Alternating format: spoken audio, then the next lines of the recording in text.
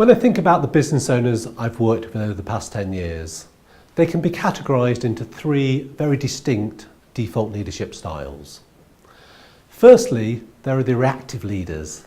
These are the ones that spend the majority of their day working in the business, putting out fires, working alongside the team members on the technical work, or buried in their email responding to requests and demands from customers, from partners and from their team.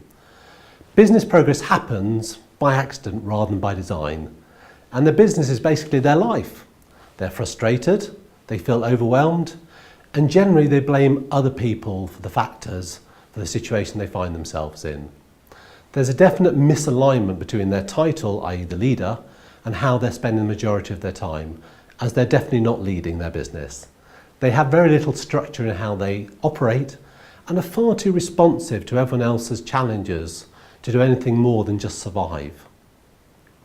The second category I would call active leaders. These are the ones that spend most of their time in meetings with colleagues, working on the operational issues of the day. Their diary is full, but most of what they're doing is to do with management rather than leading. They're busy, they're productive to a degree, and the businesses are growing, albeit at a slower pace than they would like. This category are generally disappointed both of themselves and others, and their concern is if they're not on the shop floor or in meetings or driving the team, nothing will actually happen the way they want it to. I'd categorise these guys as part-time leaders and part-time managers. They have a degree of structure to the way they operate, but they're probably too flexible and pliable to be truly effective in their role.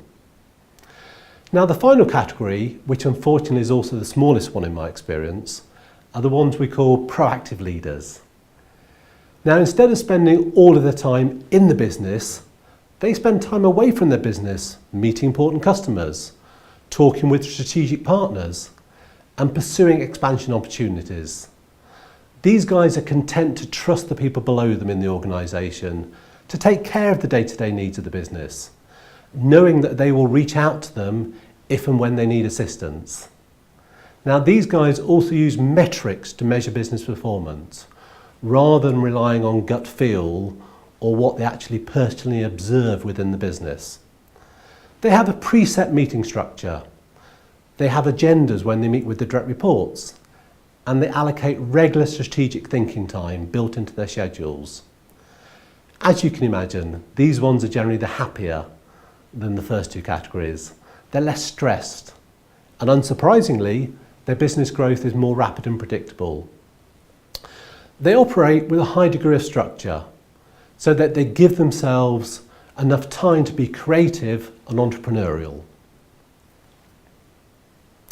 Now here at Flucture, our mission is simple. We want to coach reactive leaders to become active ones. We want to coach active leaders to become proactive ones. And we want to coach proactive leaders to create a whole team of proactive leaders around them.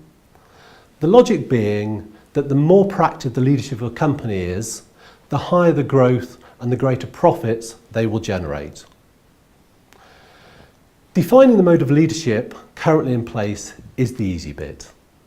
The real challenge is assisting those running the company to change the way they work. Now, in order to do this, we focus them on what we know are the 6 key components of every high growth business.